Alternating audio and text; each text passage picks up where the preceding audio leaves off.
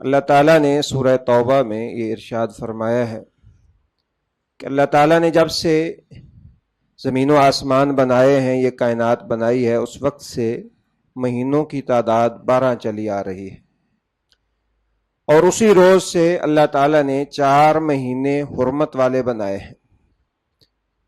رسول اللہ صلی اللہ علیہ وسلم نے ان مہینوں کی تفصیل بتائی اور فرمایا 3 مہینے وہ پے در پے ہیں، ذوالقعدہ، ذوالحجہ اور محرم، اور 1 مہینہ رجب کا ہے۔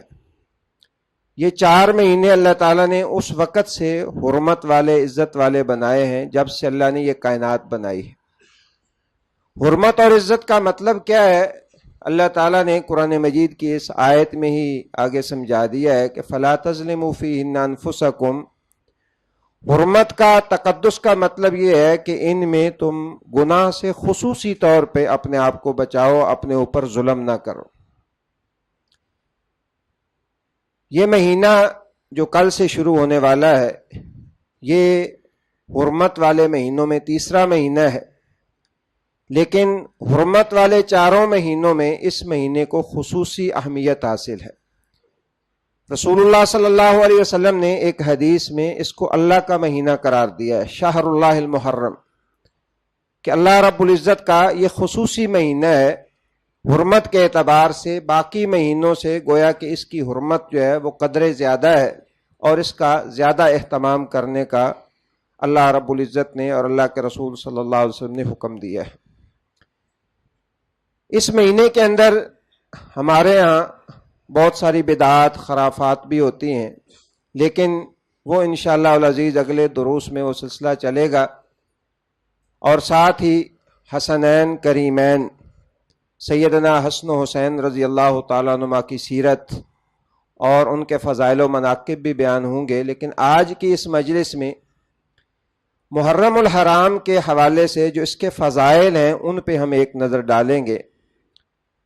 پہلی بات، جیسے میں نے عرض کیا ہے کہ یہ حرمت والا مہینہ ہے، سب سے پہلا کام ہم نے اس کے اندر خصوصی طور پہ یہ کرنا ہے کہ اپنے آپ کو گناہوں سے پہلے کی نسبت زیادہ بچانے کی کوشش کرنی ہے۔ گناہ آپ جانتے ہیں، اللہ کی معصیت اور نافرمانی کا کوئی بھی کام کسی بھی وقت جو ہے وہ درست اور جائز نہیں ہے، لیکن اگر ان مہینوں کے اندر وہ کام کیا جائے تو اس کی قباحت اور زیادہ بڑھ جاتی ہے۔ تو ہم نے سب سے پہلے اس مہینے میں یہ اہتمام کرنا ہے کہ گناہ کی زندگی سے اپنے آپ کو دور کرنا ہے۔ وہ زبان کا گناہ ہو، کان کا گناہ ہو، آنکھ کا گناہ ہو، کسی بھی حوالے سے اللہ کی معصیت اور اللہ کی نافرمانی، اس سے اپنے آپ کو زیادہ بچانا ہے۔ ہماری کامیابی یہ ہے، اور اس مہینے کے ہم جو فضائل و مناقب اس صورت میں سمیٹ سکتے ہیں، اگر باقی مہینوں کی نسبت ہمارے گناہوں کا جو ایک پیمانہ ہے، لیول ہے، وہ کم ہو جائے اور نیکیوں کا لیول زیادہ ہو جائے، تو ہم سمجھ سکتے ہیں کہ ہم نے اللہ رب العزت کے اس حرمت والے مہینے کی قدر کی ہے، اور اللہ رب العزت کا جو حکم ہے، اللہ کے رسول کا جو حکم ہے، اس کو ہم نے اہمیت دی ہے۔ دوسری بات جو اس مہینے کے حوالے سے ہے، وہ اس مہینے کے روزے ہیں۔ رسول اللہ صلی اللہ علیہ وسلم سے پوچھا گیا کہ اللہ کے رسول، سب سے افضل جو ہے وہ مہینہ کون سا ہے؟ تو آپ صلی اللہ علیہ وسلم نے فرمایا سب سے افضل روزے جو ہے وہ کس مہینے کے ہیں؟ تو آپ صلی اللہ علیہ وسلم نے فرمایا صیام و شہر اللہ المحرم، یعنی رمضان کے بعد سب سے افضل روزے مجموعی اعتبار سے مہینے کے روزے جو ہے وہ گویا کہ محرم الحرام کے روزے۔ اس لیے اس مہینے میں زیادہ سے زیادہ روزوں کا اہتمام جو ہے وہ بھی کرنا چاہیے۔ جیسے پچھلا جو حرمت والا مہینہ تھا ذوالحجہ، اس کے پہلے 9 دن جو ہے وہ افضل ترین دن تھے، اور ان میں ہر نیکی جو ہے وہ افضل تھی، اور اس مہینے کے روزے جو ہے ان روزوں کو نبی کریم صلی اللہ علیہ وسلم نے عام مہینوں کے روزوں کی نسبت جو ہے وہ فضیلت والا قرار دیا ہے۔ تیسری اس مہینے کی جو خصوصی فضیلت ہے وہ عاشورہ کے دن کی ہے۔ 10 محرم الحرام کا جو دن ہے اسے یوم عاشورہ کہا جاتا ہے۔ ہمارے ہاں تو علم کی کمی کہہ لیں یا جو ہے وہ دین سے دوری آپ اسے کہہ لیں، ہمارے ہاں تو اس کی فضیلت جو ہے وہ صرف اس انداز سے یا اس مناسبت سے سمجھی جاتی ہے کہ اس مہینے میں سیدنا حسین رضی اللہ تعالی عنہ شہید ہوئے تھے. لیکن اللہ تعالیٰ نے اس مہینے کی جو فضیلت بتائی ہے وہ فرمایا یوم خلق السماوات والارض، وہ اس روز سے ہے جس روز سے اللہ تبارک و تعالیٰ نے اس کائنات کو بنایا، زمین و آسمان کو بنایا، اس وقت سے اس مہینے کی فضیلت جو ہے وہ چلی آ رہی ہے. اس لیے عاشورے کا روزہ جو ہے 10 محرم الحرام کا روزہ، اس حوالے سے رسول اللہ صلی اللہ علیہ وسلم کی حدیث ہے، صحیح بخاری میں بھی صحیح مسلم میں بھی حدیث ہے.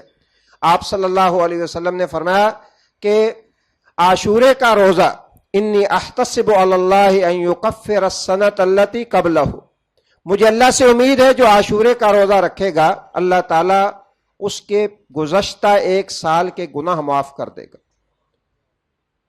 اس روزے کی تھوڑی سی تفصیل ہے. رسول اللہ صلی اللہ علیہ وسلم جب مکہ مکرمہ میں تھے، ہجرت سے پہلے بھی آپ روزہ رکھتے تھے، قریش مکہ بھی روزہ رکھتے تھے، آپ صلی اللہ علیہ وسلم نے بھی رکھا.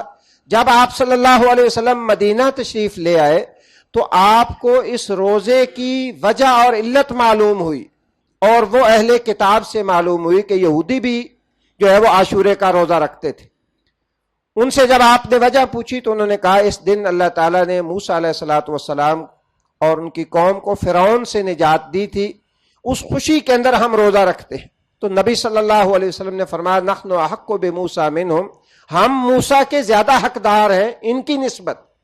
تو آپ صلی اللہ علیہ وسلم روزہ تو پہلے بھی رکھتے تھے، لیکن اس کی علت اور وجہ مدینے کے اندر آ کے پتہ چلی تو آپ نے پھر اپنی امت کو یہ حکم دیا، اور یہ حکم اگرچہ وجوب کے لیے نہیں تھا لیکن تاکیدی حکم تھا کہ آپ صلی اللہ علیہ وسلم نے فرمایا تم عاشورے کا روزہ رکھا کر.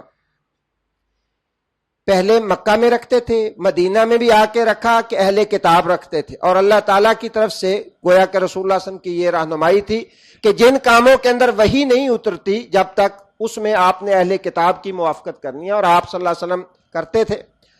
پھر آپ نے حکم دے دیا تو مسلمان نبی صلی اللہ علیہ وسلم کے حکم کے تحت اس دن کا جو ہے وہ روزہ رکھتے تھے.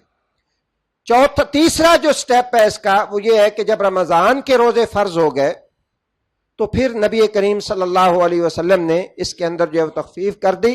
آپ صلی اللہ علیہ وسلم نے فرمایا جس کا دل چاہے روزہ رکھ لے، جس کا دل نہ چاہے وہ روزہ نہ رکھے. یہ ایک عام حکم تھا، اور کیونکہ رمضان کے روزے فرض ہو چکے تھے تو ان جو عاشورے کا روزہ تھا اس کے حکم کو استحباب کے اندر جو ہے وہ نبی کریم صلی اللہ علیہ وسلم نے بدل دیا. پھر زندگی کے آخری ایام میں جو اس کا چوتھا سٹیپ ہے وہ رسول اللہ صلی اللہ علیہ وسلم نے وہ یہ لیا کہ آپ نے فرمایا کہ میں اگر آئندہ سال زندہ رہا لأصومن التاسعۃ، تو میں 9 کا روزہ بھی رکھوں گا. کیونکہ آپ کو آخری زندگی میں جب دین مکمل ہونے کے قریب تھا تو آپ صلی اللہ علیہ وسلم کو یہ حکم تھا، اور آپ نے اپنی امت کو بھی حکم دیا تھا کہ تم نے اہل کتاب کی یہودیوں کی دینی معاملات میں موافقت نہیں کرنی، ان کی مخالفت کرنی ہے. تو اب اہل کتاب بھی کیونکہ روزہ رکھتے تھے تو رسول اللہ صلی اللہ علیہ وسلم نے ان کی مخالفت کے لیے یہ فرمایا کہ اگر میں آئندہ سال زندہ رہا تو 9 کا بھی روزہ رکھوں گا. بعض دوست کہتے ہیں کہ 9 کا بھی کا ترجمہ جو ہے وہ کہاں سے لے آتے ہیں. اصل بات یہ ہے، اصل جو فضیلت ہے وہ 10 کے روزے کی ہے، عاشورے کے روزے کی ہے. مخالفت کا یہ مطلب قطعاً نہیں ہوتا کہ اصل فضیلت کو ہی ترک کر دیا جائے. تو آپ صلی اللہ علیہ وسلم نے جس مخالفت کا ارادہ کیا تھا وہ مخالفت یہ تھی کہ ہم 2 روزے رکھ لیں گے، اور وہ کیونکہ 1 رکھتے ہیں اس لیے ان کی مخالفت بھی ہو جائے گی، اور وہ جو فضیلت ہے اس روزے کی وہ بھی ہمیں حاصل ہو جائے گی.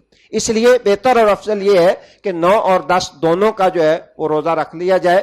تو اس سے اللہ تبارک و تعالی 1 سال کے گزشتہ سال کے گناہ جو ہے وہ معاف کر دیتا ہے. اللہ تعالیٰ مجھے بھی اور آپ کو بھی یہ نیکی جو ہے اس کو حاصل کرنے کی توفیق عطا فرمائے، اور زیادہ سے زیادہ خیر کے کام اللہ کرنے کی توفیق دے. اقول قولی ھذا واستغفر اللہ لی ولکم ولسائر المسلمین.